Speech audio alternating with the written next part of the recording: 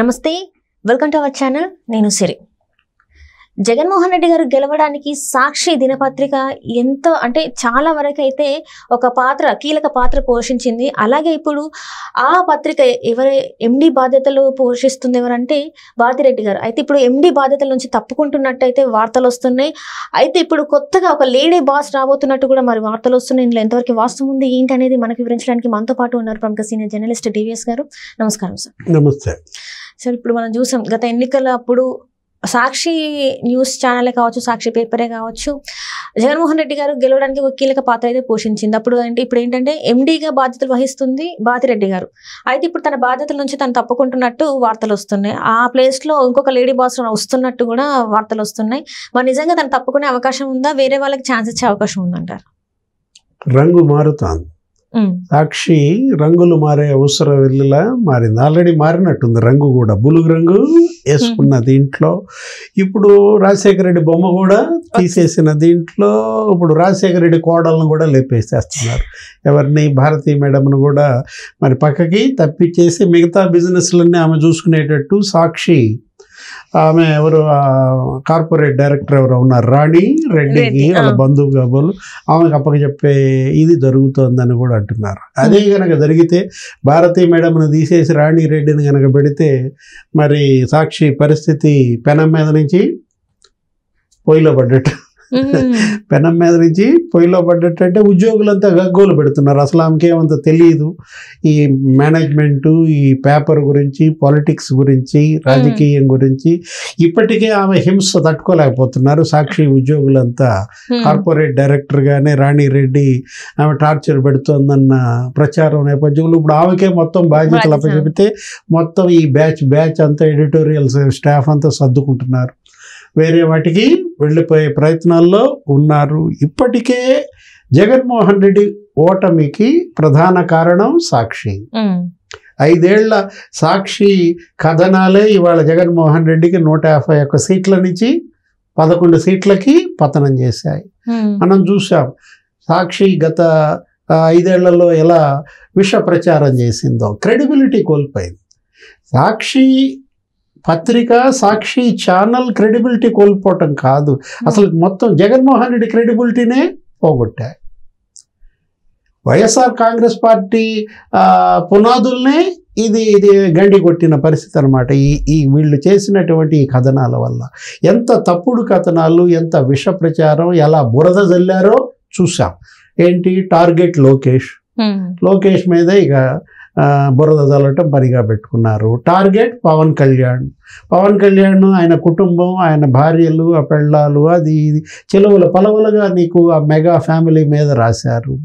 Next target Purandeswari, ఆమెను మరీ అడ్డగోలుగా రాశారు. ఎవరిపైన? పురంధేశ్వరి పైన.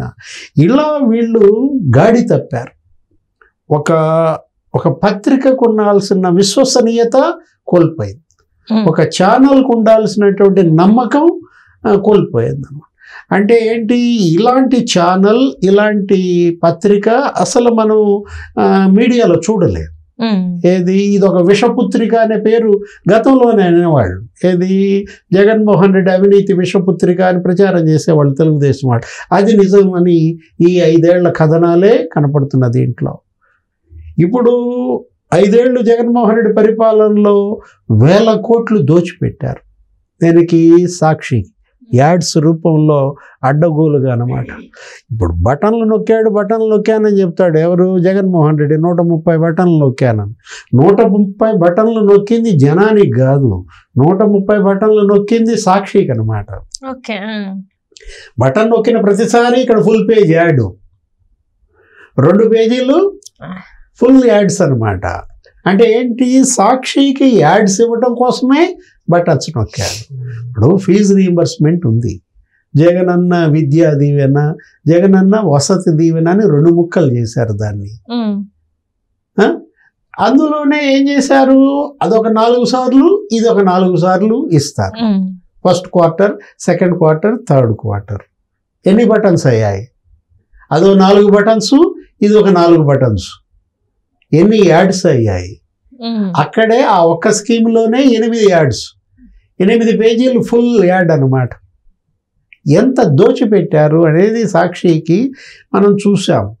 ఆ వాలంటీర్లు ఉన్నారు ఎంతమంది, 2,60,000 మంది వాలంటీర్లు. సచివాలయ సిబ్బంది ఉన్నారు, వాళ్ళు 1,40,000 మంది. 4 లక్షల మంది.